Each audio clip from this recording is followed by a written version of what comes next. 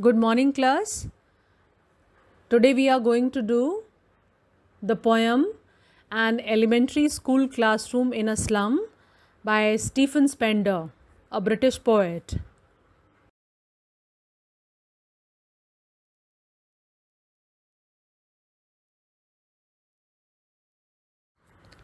Stephen Spender is an English poet and essayist who took active part in politics. He was born in 1909 and he died in 1995. I would like to discuss here in detail about his active inclination towards politics. When he was in college in Oxford University, then he became an active politician and he started working in students' politics. His political inclinations were towards communism, so he took to communism in 1930s. And if you are not aware, I would like here to tell you and throw lights upon this knowledge that in England, the student or a university student is not allowed to take part in active politics or in any kind of politics. And if you are doing so, then you can be expelled. So Stephen Spender also was expelled, he never took his degree. So, and from there onwards, of course, he for around till 1950 or 55, he was an active, a staunch supporter of communism, and then he was disillusioned with communism, and then he left communism. So, anyways, here we are focusing on his communist inclinations. In this poem, he has taken up those themes also. So, this poem, Elementary School Classroom in a Slum, pictures a classroom in a slum, highlighting subtlety, the plight of the children, and the themes of social injustice and inequalities. These two themes, specially, are the communist undertones. The poet uses vivid images and appropriate expression to reflect the difficulties faced by the underprivileged children, and that is still prevalent in the world of ours, in our society today.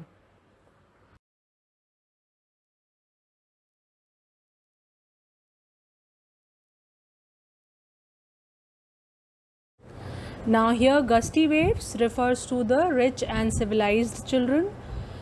Why are they called gusty waves? Because they are enthusiastic, they are happy, and they are enthusiastic about what they are doing in life. Whereas the children sitting in the slum classroom, how do they look? They look like rootless weeds, hair torn round their pallor. So the poet here has used simile. Why? Because there is a comparison, and the comparison is between these rootless weeds and the faces of the children. Just like weeds, which are unwanted, undernourished plants, and they grow anywhere, there is no one to take care of them. And similarly, these slum children also have grown up. They are shabbily dressed up, they look as if they are uncombed and they are unkempt. They are also undernourished and they too are unwanted. So Stephen Spender has set in that mood of melancholy already in the poem by first line itself. Then he goes on talking about the physical descriptions of the slum children. Entire stanza 1 talks about the physical description, isn't it? So the next image that comes to our mind is of this tall girl with her weighed down head. She's sitting in the class, but she's not in the class, which means that she's physically present but mentally absent. So where is she mentally? She is perhaps thinking of those responsibilities, of the burden, of the baggage of life that she has been carrying on her shoulders, on her young shoulders, you see. And therefore the girl is tall, but she doesn't look tall because she sits with her head down, and the poet has used this image to describe the depression and sorrow that the children of the slum classroom are filled with. Is that clear?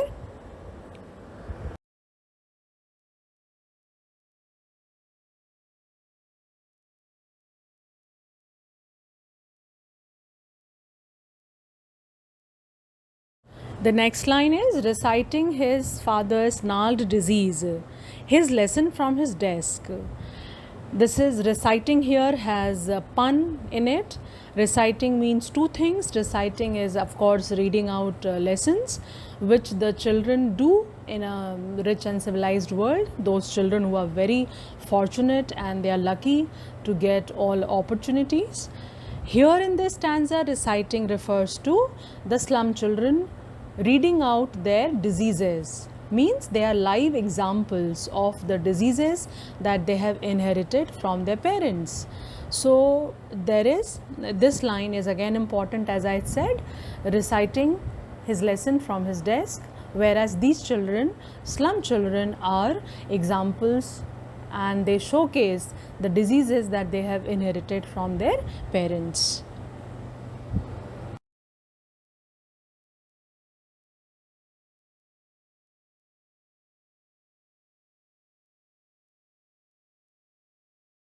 Then comes the imagery of the paper seeming boy with rat's eyes. This is another very shocking and very revealing image, of the slum children. It gives you a complete idea, and you can almost visualize that how these children are looking like, and what are they undergoing, what they have undergone, and how for them life is not a bed of roses, how it is so different from the gusty waves or from the world of rich and civilized people. So there is this boy in the class who is as thin as paper. So which which poetic device is used? Yes, it's metaphor. Again, there is comparison, and the boy is as thin as paper. So he is victim of malnutrition. All are victims of malnutrition, deprivation, decay, death, disease, and despair. You remember the 5 D's I had told you in the class, which are decay, despair, disease, deprivation, and starvation. And all these images you can use again and again in the poem. The whole poem is replete with them. So this boy is as thin as paper, and his eyes are like that of a rat, which are always gleaming with hunger and which are always searching or seeking food everywhere. The next line, the poet goes on describing the same idea, that these are stunted, unlucky air of twisted bones. Why are they called unlucky? They are unlucky because their inheritance is not wealth, prosperity, name, or fame of their ancestors, of their parents. Rather, these children have inherited diseases like twisted bones from their parents, from their ancestors. So that is why they are called unlucky. And stunted refers to their growth. So their growth is hindered and stunted because they don't get nutritious diet and they don't get proper food. They don't get perhaps a square meal a day. So where can you talk about a nutritious diet in their world? I hope you get this much. Now when we go ahead, the next line again talks about same concept, where he says that at the back of the dim class there is one boy who is sitting and he's unnoticed. Why is he unnoticed? Because the class is dim. Now dim class here again is the same imagery of satire which poet has mocked at the system, the school system, the authorities who have the responsibilities of maintenance of the schools and these elementary schools or slum schools. They have been given lot of aid, they have been given lot of help, and people come forward to donate, but where have all that money gone? So this is that comment, and remember this because the poet is going to continue this in the next stanza as well. All right. So the poet says that there is a sweet and young boy sitting at the back of the class, and he seems to be happy. Why is he happy? Not because he's following the teacher or he's following what is going on in the class, but because his mind is living in imagination, which means he's daydreaming. And he's daydreaming. What is he dreaming of? He's dreaming of squirrel's game in tree room. Other than this, the last line, other than this refers to other than this classroom. This refers to classroom. Since the boy is thinking of a world that is outside, the world where he goes out and plays, and he's thinking of those squirrels which are playing in the tree room, therefore the boy is happy. All those who are there in the classroom, they are unhappy. Secondly, he is still very young, which means that he does not have that much of burden perhaps on him like the other children of the classroom. This is another indication that the class has almost all age group students sitting in one classroom. So then again it is difficult to teach them, isn't it?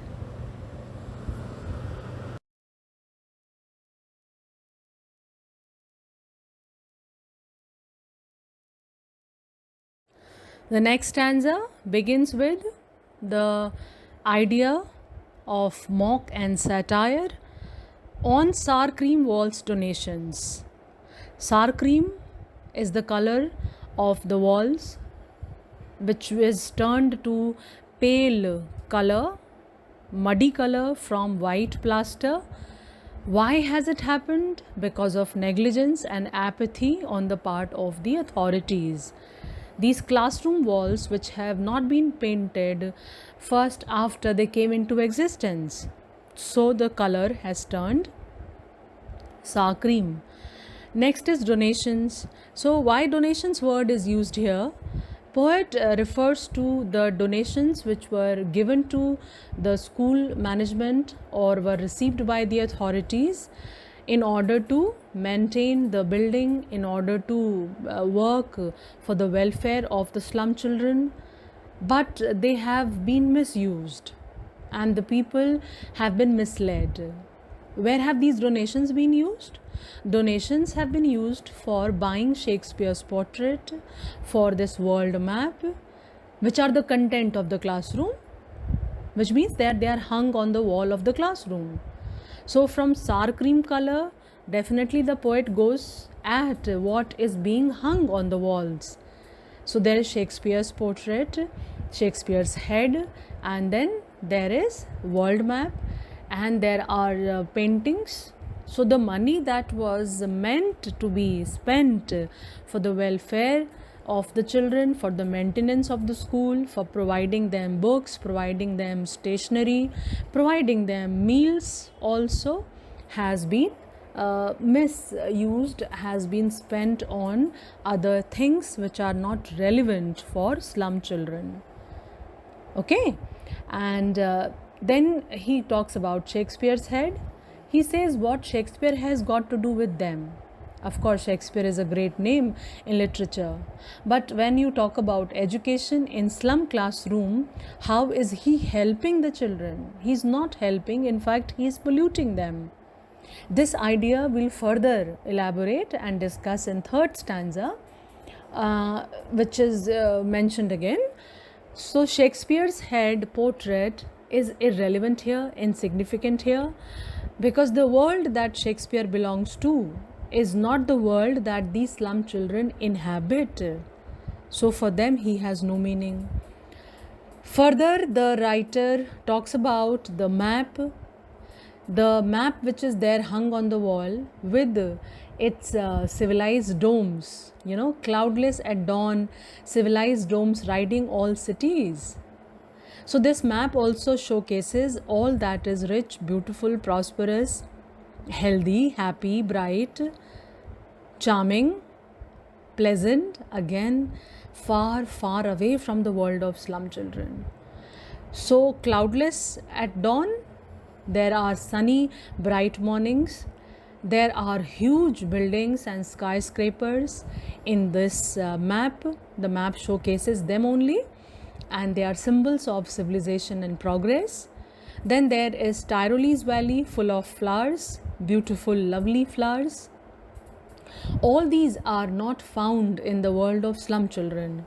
So the map also is irrelevant and insignificant because the map has not included the slums.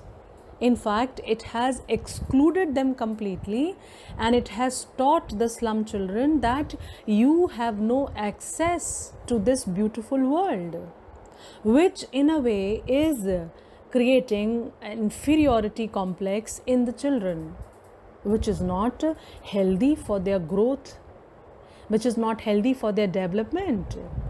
This is Pender's problem, and this is what he has highlighted. Okay, further he goes on, open-handed map, awarding the world its world. This remains the most complicated line because you go on asking it again and again. You know, children always have doubts here. It's a very simple idea. You just have to follow it carefully.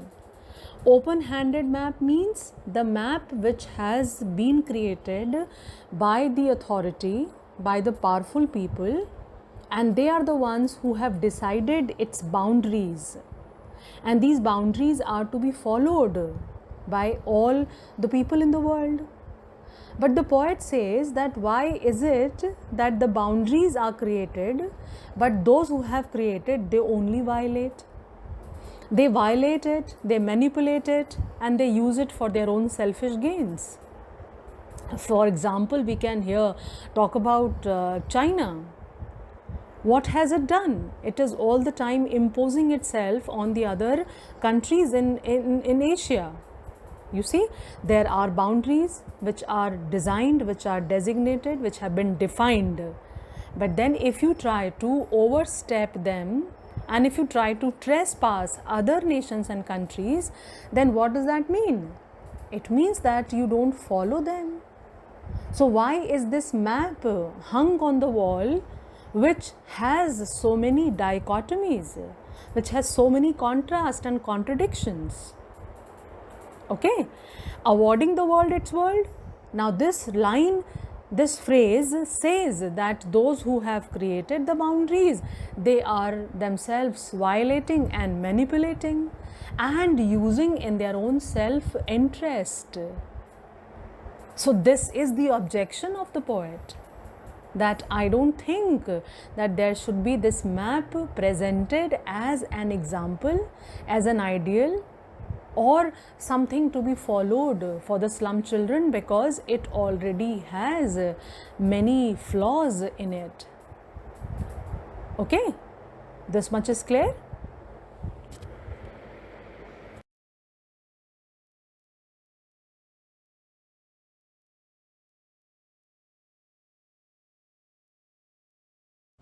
The second half of this stanza presents the contrast to the first half. What is that contrast? The poet himself has contrasted the rich civilized world with the poor and slum world. What do we have in the rich world is not inhabited in the poor world. So rich world has cloudless dawn, it has civilized domes, it has Tyrolese Valley, it has natural beauty, it has progress and development and mechanization, whereas in the slum world it has deprivation, decay, disease, starvation, sorrow, despair and death. How? And yet, now look at the poem, and yet for these children, this world, and yet for these children, their map, not this map, their world, but these windows. Could you get that line? So for these children, their world is not this map. Which map? The map that has that only shows the rich world. I have explained already. What is their world? Their world is these windows. Now these windows is again a very important. This would again come in the last stanza. These windows means the windows of the classroom, outside which what do you see? You see only dirt and squalor and poverty and deprivation. So for the slum children, their world is only this, and they can have access only to this. They have no access to the map. Where, next line children, again beautiful, where their future is painted with a fog. How is their future here? Their future is not as sunny and bright as it was in the rich world. Here their future is foggy, which means unclear, which means dark, which means bleak. Okay, it is painted with a fog. Again, there is metaphor here. Clear? Now the next page, if you follow the first line, far, far from rivers, capes and stars of words. No, before that, the narrow streets sealed in with a lead sky. Where do they live? Do they live in civilized domes? No, they live in narrow streets. Their houses are narrow. In such narrow, small houses, there are 7, 8, 10 people living. Aren't you reminded of the second chapter here, children? The Lost Spring, where Sahib-e-Alam and Mukesh both had described the kind of houses that they were living in, and writer has very well portrayed them. So they were also living in Simapuri is a slum only. Clear? So narrow street sealed in with the lead sky. Now sealed in with the lead sky is, again, lead sky is metaphor, and this imagery is very important. You can almost visualize that their future is dark, unclear, bleak, and it is sealed as well. Sealed with what? Sky is not clear, sky is not blue or beautiful. But here their sky is grey. Lead stands for the color of depression, that is grey. So here what did they see? They see depression, they see sorrow, and they see only decay.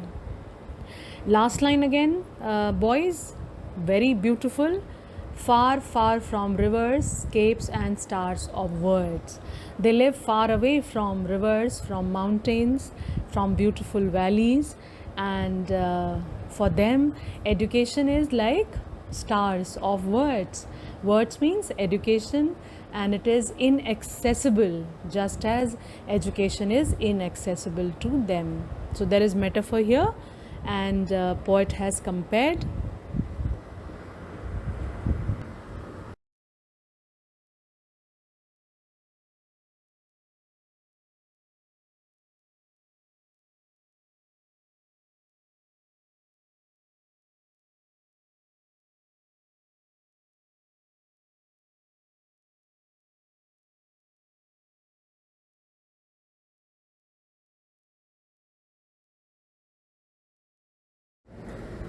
In the third stanza, as I had told you in second stanza, that the poet will be referring to the same image again. So the first line itself says, surely Shakespeare is wicked, the map a bad example, with ship, sun and love tempting them to steal. So the same idea has continued. Shakespeare is wicked, the map is a bad example. Why? Because both of them are responsible for spoiling, corrupting the minds, the young, impressionable minds of the slum children. Because they portray the world of rich, the world of powerful. Shakespeare talks about the luxuries, kings, queens, civilizations, and the map also exhibits cities, countries, beautiful valleys, dawns, mornings, etc. And both of them have presented before the children a world which does not exist for them, which they do not inhabit, which they have only read about in the classroom, which they have got a glimpse through their textbooks, and which they have been told by their teachers. So Spender says that it is we, the system, who has turned them into criminals by tempting them to steal. If they can't avail all those facilities and opportunities, and if they cannot become a part of that world they are deprived of, so what would they do? They end up stealing, they end up snatching from those who have. And when they do that, then what have you done? You have actually made them criminals. So that's a very important idea, children. Tempting them to steal. This phrase, I think, is one of the most metaphorical phrases of modern times. And in the modern poetry, you would not find anything similar to this. There also comes the imagery of this underworld, that these slums become breeding houses for criminals. I need not give you examples here because you understand already that how in Mumbai we have Asia's largest slum, that is Dharavi. During lockdown also it came into limelight. It has always been in limelight for various notorious reasons. So I hope this idea is clear to you. Then he says that what would happen, what is the result, what are the repercussions if the children steal, then how do they end up later in life, or what do they become? Do they become what the school was hoping for? Do they become what school management authorities or capitalist society was hoping them to be? No. They ended up in, they would end up perhaps in prisons or cells, or they would be put behind bars. So Shakespeare has not helped them, map has not helped them, therefore Shakespeare is wicked and the map has presented a bad example. After this, what would they do? Poet says that they slyly turn into their cramped holes from fog to endless nights. So after committing such crimes or criminal activities, the only escape that they have is again going back to their slums, hiding themselves stealthily into their cramped holes. Cramped holes is metaphor. The slum houses are compared to the cramped holes, and there they remain from fog to endless nights. Fog is birth, fog is the beginning, fog is the morning, you can say darkness, then nights, again darkness. So they begin in darkness and they end in darkness. What can be more disturbing than this? So I find them the most depressing lines of the poem. So endless nights, there is question mark, which is you can say rhetorical, because the answer is in the question itself, that all their life is being spent in their slums and they die in slums only. Okay?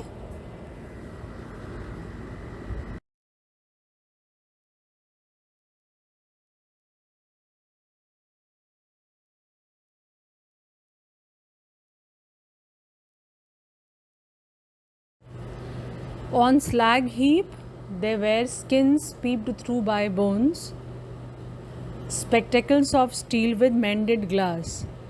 These three lines again go back to the physical descriptions of the slum children, the way we have read in stanza 1. So here again the poet has repeated those images of malnutrition, hunger and starvation. These children are victims of malnutrition, so they lose their eyesight early and they wear specs.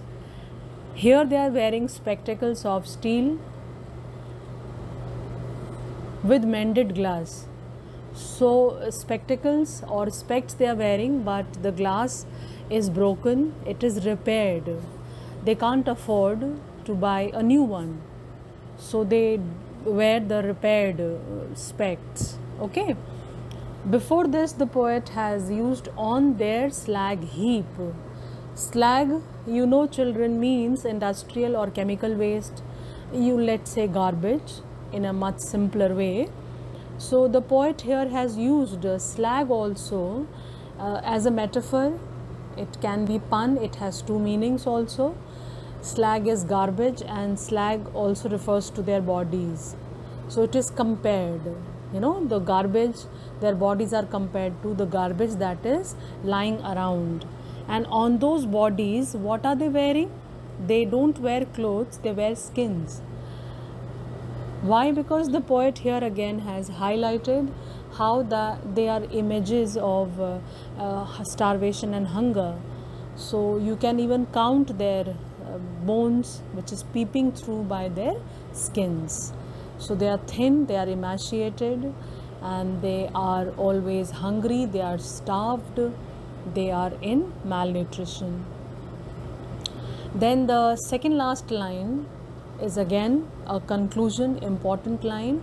All of their time and space are foggy slum.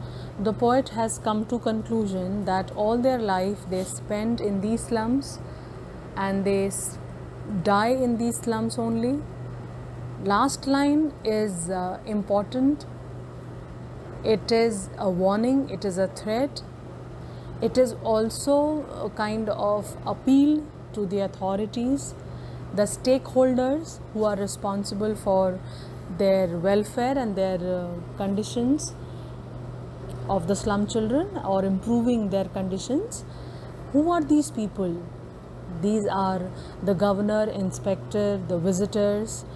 Together they have this onus, they have this responsibility of improving the plight of the slum children.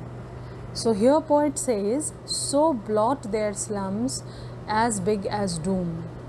He is warning that if the slums go on mushrooming, growing on the pace that they are growing, then the day is not far when the beauty of the map, the beauty of your rich and civilized world is going to be spoiled by these slums, which will turn into hell.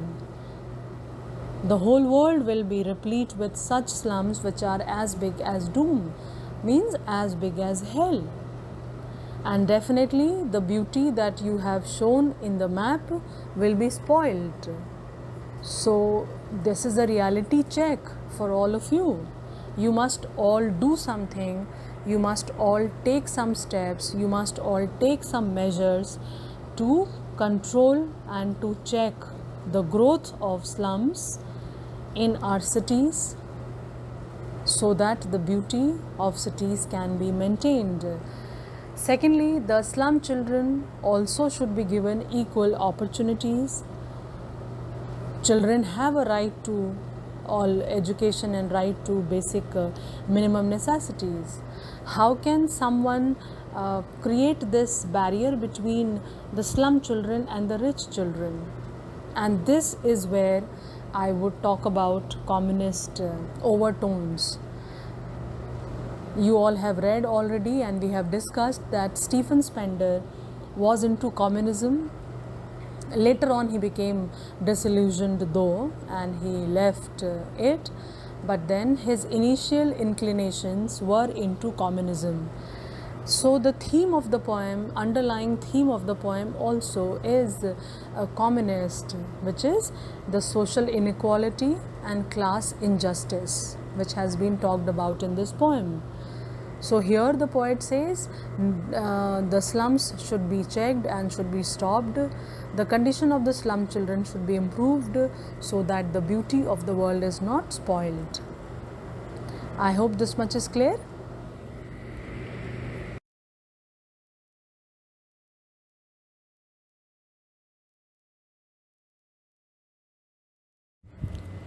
Now let's come to the last stanza.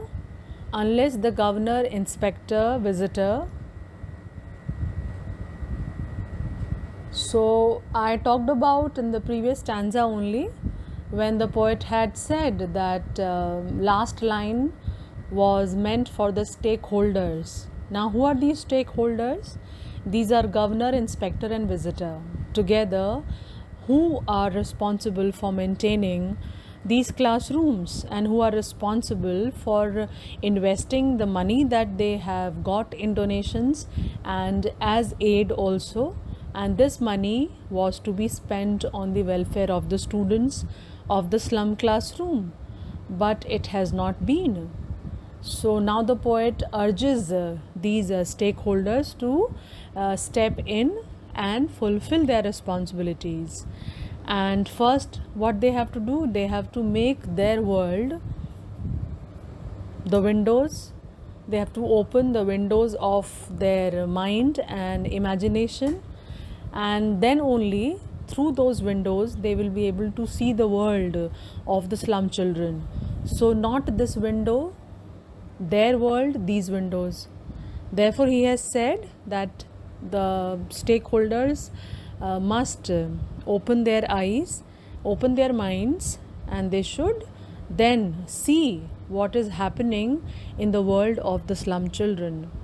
Once they have seen, then that is the first step towards the solution of the problem. Further, the poet goes on saying, "Break, oh break, open till they break the town." Now, before this line, the windows that shut upon their lives like catacombs. So, these windows means here the slum world. And poet says that these windows means the slums, they remain and the children die in them only. So, these windows or the slum world, that becomes their graveyard as well, because they are buried there only. So, from all their life till death, they have spent in the slums. So, the solution is break, oh break, open till they break the town. They should break those windows and they should enter the towns, they should enter the cities, they should also be allowed to enter the cities.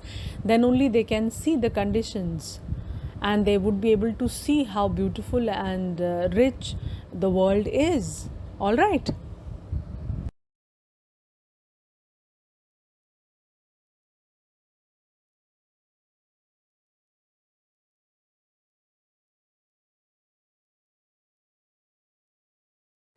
In the next line, break, oh break open till they break the town, the poet wishes the children of the slum to break the shackles of the slum, the shackles of class injustice and social inequality, so that these children can come out and they may also get access to the rich and the civilized world, and they see the beauty of that world, the beauty that they had read only in the classroom, the beauty that they had seen in the map, that comes alive for them. So the next line is again important and beautiful. And run azure on gold sands. So he wants them to come open, come out and run under the blue sky, feel the nature, experience the nature and explore the beauty of the nature. Let their tongue run naked into books, white and green leaves open. This is again important. So let them read, let them open the books. Leaves here is a poetic device, here is spun. So one leaf is the leaves of the book pages, and another is of course the leaves of the tree. So let the children enjoy the beauty of nature. Green leaves, children, or the white leaves also refer to the money with which they would buy the books. So that can be another interpretation. It refers to the bourgeois society, it refers to the capitalist society, and all those that money with which they would buy the books. So the poet wants these children to explore. And as I told you in the beginning of the poem, that poet Stephen Spender has envisaged already a different future for these slum children. So this stanza particularly is very, very beautiful, because the first 4 lines talk about what does the poet want for the children. What does the poet want the authorities to do for the children? And the second half talks about what kind of future Stephen Spender has foreseen for the slum children. So he wants them to explore, he wants them to read, and he wants them to enjoy nature. And the last line, the most metaphorical line of the poem: history theirs, whose language is the sun. So there is again a metaphor here, and the poet says that once they have learned and mastered the oratorial skills and the art of speaking, they are able to articulate their feelings and expressions, then we have done our job. That is, the aim and motive of education is to teach a child how to express himself and how to carry himself. And if you see in history, you would find that history has belonged to those who had great oratorical powers, who had the great oratory skills. Similarly, these children too will write their own history and will write in golden letters. And history would belong to them. They would be praised later on. We would remember them also as we remember those great ancestors. So this is the kind of education which the poet has seen for the slum children. This society, this world where there is no class divide, where there is no inequality, where there is no injustice, the deprivation, disease, despair, decay does not exist in the world of the slum children, then only we will achieve our aim of equality. I hope now you have been able to follow the entire poem and you have revised it well. So I'll come again with another such video. Thank you. So this was the poem by Stephen Spender. You all must have realized how complicated and how layered the poem is, isn't it? Go through it again, revise, so that you understand it well. Thank you, class. Till the next class.